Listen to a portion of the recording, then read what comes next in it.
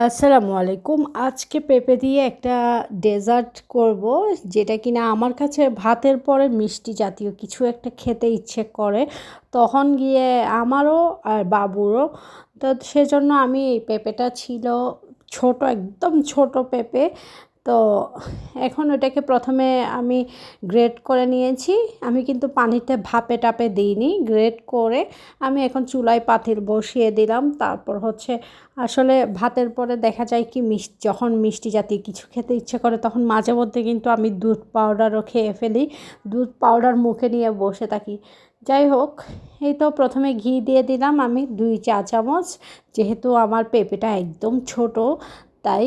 তারপর হচ্ছে দারুচিনি দিয়েছি ছোট একটা টুকরা, এটা হলো স্মেলের জন্য। তারপরে হচ্ছে এই ডেজার্টটা হচ্ছে আপনার হাতের নাগালে যা যা আছে তা তা দিয়ে করে ফেলতে পারবেন। এখন হচ্ছে পেঁপেটাকে আমি ভালোভাবে ভেজে নিব, কিন্তু আগুনকে একদম হাই হিটেও রাখিনি, ছোট করেও রাখিনি। এই যে একদম ভেজে মানে এপাশ ওপাশ যখন দেখবো একদম চুপসায় গিয়েছে, তখন গিয়ে আমি এটা অন্য কিছু দিব যা যা দেওয়ার। তো এটাকে ভালো করে ভাজবেন, ভাজা কিন্তু বন্ধ করা যাবে না, রেখে অন্যদিকে যাওয়া যাবে না, ভাজতে হবে। ভেজে একদম হচ্ছে এটা আপনি নিজেই বুঝতে পারবেন জিনিসটা একটু মজে আসবে আর কি। তারপর হচ্ছে চিনিটা দিয়ে দিবেন।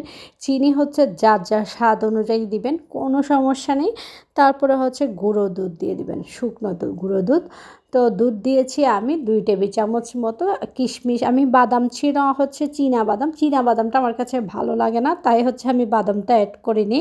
কাজু বাদাম বা পেস্তা বাদাম থাকলে অ্যাড করে দিবেন। আমি কিশমিশ দিয়েছি 2 ধরনের, কিশমিশটাই আমার কাছে কিন্তু ভালো লাগে।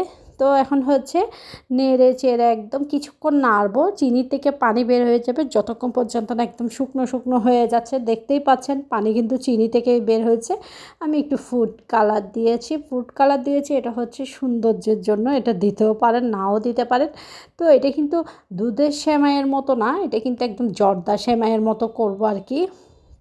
একদম শুকনো ঝরঝরা করে ফেলবো এটাকে, পানিগুলো শুকিয়ে একদম। আর ফুড কালারটা দেওয়ার পরে দেখেন কতটা সুন্দর লাগছে না, জিনিসটা অনেক বেশি সুন্দর। এটা আপনারা চাইলে একদম মানে আর একটু আগার আগার বা জেলেটিন ইউজ করে এটাকে কিন্তু পিস পিসও করতে পারবেন। তো আমি তো পিস পিস করবো না, আমি জর্দা সেমাইয়ের মতো করে খাবো।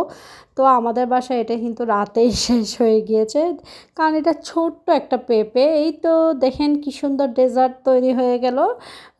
যারা যারা রাতের নিশীথের মিষ্টি জাতীয় কিছু খেতে চান অবশ্যই খেতে পারেন। আর ভালো লাগলে অবশ্যই কিন্তু টাইমলাইনে শেয়ার করতে ভুলবেন না, অবশ্যই শেয়ার করে দিবেন। আসসালামু আলাইকুম, আল্লাহ হাফিজ।